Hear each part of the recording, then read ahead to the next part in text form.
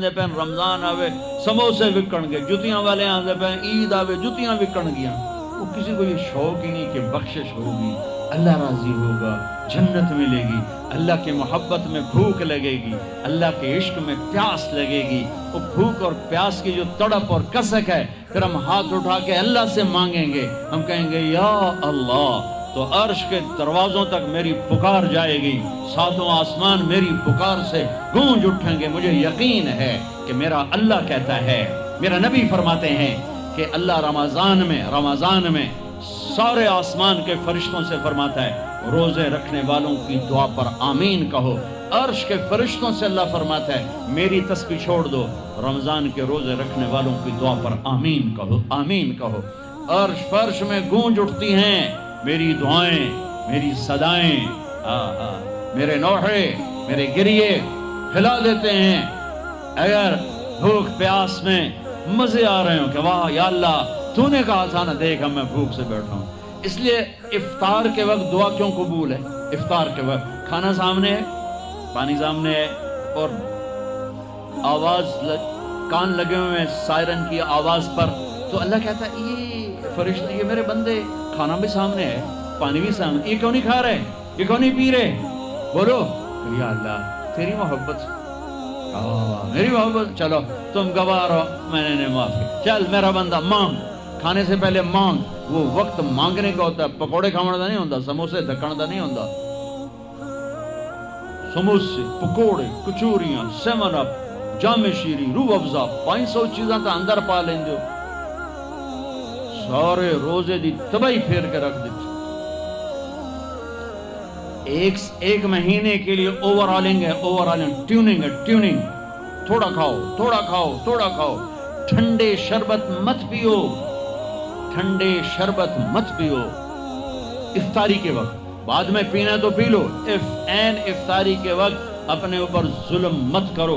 سارے دن کا انجن گرم ہے، ایک دم اس کے اوپر برف پھینک دو، تھوڑی دیر صبر کر کے سادہ پانی پی لو، نماز پڑھ لو، پی لو، جام شیری پیو، سیون اپ پیو، جو مرضی پیو، ٹھنڈا پیو، گرم پیو، جو مرضی پیو، لیکن عین روزے کے وقت بچو تلی ہوئی چیزوں سے، کراری چیزوں سے، مسالے دار چیزوں سے، ثقیل چیزوں سے بچو، ہلکا پھلکا رکھو پیٹ کو، ہلکا پھلکا،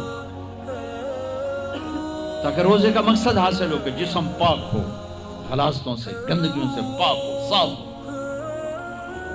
ہاں، اور اپنے دل کو بھی صاف۔ رمضان میں سب کی بخشش ہو جاتی، سب کی، 4 نہیں بخشے جاتے، 4 آدمی نہیں بخشے جاتے، 4 قسم کے مرد عورت، سب کی بخشش ہو جاتی، سب کی، 4۔ اللہ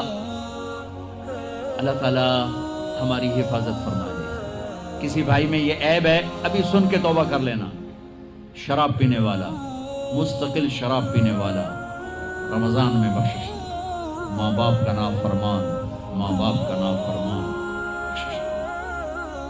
ماں باپ کے نافرمان کے لیے تو میرے نبی نے کہا کہ اللہ ہر گناہ کی سزا موت کے بعد دے گا۔ ماں باپ کے نافرمان کو یہیں سے شروع کرے گا اور آگے تک لے کے جائے گا، یہاں بھی سزا دے گا اور آگے بھی سزا دے گا۔ صرف ایک گناہ دنیا میں ایسا ہے، کفر شرک کی سزا بھی موت کے بعد، زنا شراب جوے کی سزا سود کی موت کے بعد ہے۔ ایک گناہ ماں باپ کی دل آزاری، دل دکھانا، اللہ یہاں سے یہ سزا شروع کرتا ہے اور آخر تک پہ چلاتا ہے اس کو۔ میرے نبی سے پوچھا گیا یا رسول اللہ قیامت کب آئے گی؟ آپ نے کہا اللہ کو پتا، کہ کوئی نشانی بتائیں، کہ جب ماؤں کو ذلیل کیا جائے گا قیامت آ جائے گی، ماں باپ کا نافرمان۔ تیسرا کون ہے؟ رشتہ داروں سے لڑنے والا، کبھی بھائی سے لڑا، کبھی بہن سے لڑا، کبھی خالہ سے، کبھی چاچے سے، کبھی مامے سے، کبھی تائے سے، کبھی پھوپھے سے، قریبی رشتوں سے لڑنے والا اور تعلق توڑنے والا، اس کی بخشش نہیں۔ چوتھا کون ہے؟ کینہ رکھنے والا، کینہ، شحن، ایک ہوتا ہے بغض، ایک ہوتا ہے کینہ، شحن، بغض، شحن۔ بغض کیا ہے؟ بغض کیا ہے؟ کہ مجھے انصر بھائی سے نفرت ہے، یہ بغض ہے۔ اور کینہ کیا ہے؟ کہ میں ان کو نقصان پہنچانا چاہتا ہوں، نفرت کے ساتھ ان کے ٹانگیں کھینچنا چاہتا ہوں، اس کو کینہ کہتے ہیں۔ تو یہ 4 برائیاں معاف نہیں ہیں۔ ہاں کوئی توبہ کرے تو سب معاف ہوگا، سب معاف ہوگا، سب معاف ہوگا۔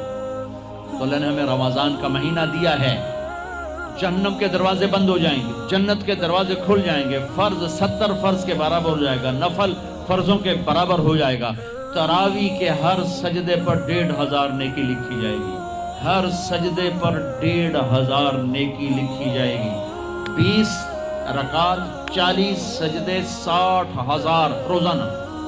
یہ تمہارے کلب ایسا پٹھا جانا ہے کہ نہ ہے؟ میں نے حالی تھی نہیں سور لگی ہے جب تسی آن دیکھیں، چلو جڑا بھی نہ ہے ٹھیک ہے۔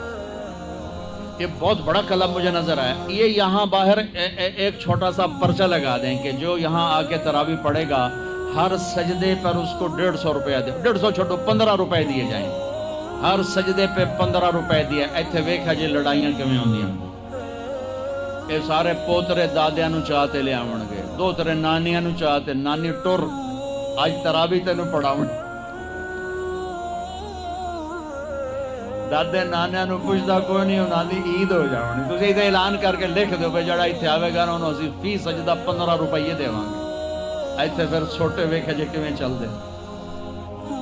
او میرے نبی، میرے محبوب، میرے پیارے اور میرے اللہ کے پیارے دلارے، راج دلارے، وہ کہہ رہے ہیں وہ میری امت 1 گھنٹہ لگا لو، 1 گھنٹہ 40 سجدے، ہر سجدے پہ 1500 نیکی، 60,000 نیکیاں، اور ہر سجدے پر جنت میں ایک سرخ یاقوت کا محل، اور ہر سجدے پر جنت میں ایک درخت جس کے نیچے 100 سال گھوڑا دوڑ سکتا ہے۔ اتنے تھوڑے وقت میں اتنی کمائی۔ اب 8 تراویح پڑھ کے آدھی مسجد خالی جا رہے، کتھے جا رہے ہو؟ کی کرن جا رہے ہو؟ کوئی کام نہیں، 8 پڑھ کے جوتا اٹھا کے جا رہے ہیں۔ اے بھائی پڑھ دو، سال کے بعد آیا ہے موقع اللہ سے لینے کا، اور ہر سجدے پر یہ کچھ اللہ دے رہا ہے۔ اور پھر جب آخری رات ہوتی تو اللہ فرماتے ہیں میرے فرشتوں، میرے بندوں کی رات کی تراویح اور دن کا روزہ، اس کے بدلے میں نے ان کے پچھلے سارے گناہ معاف کر دیے۔ اور آسمان پہ ایک فرشتہ اعلان کرتا ہے یا باغ الخیر ابشر و اقبل، اے بھلائی کے چاہنے والے آگے بڑھ خوشخبری ہو، اور اے برائی کے کرنے والے بس کر اور واپس ہو۔ اور اللہ کا عرش مستقل پہلے آسمان پہ آ جاتا ہے، عرفات کے دن صرف عرفہ کے دن پہلے آسمان پر، لیکن رمضان میں پورا رمضان عرش پہلے آسمان پر۔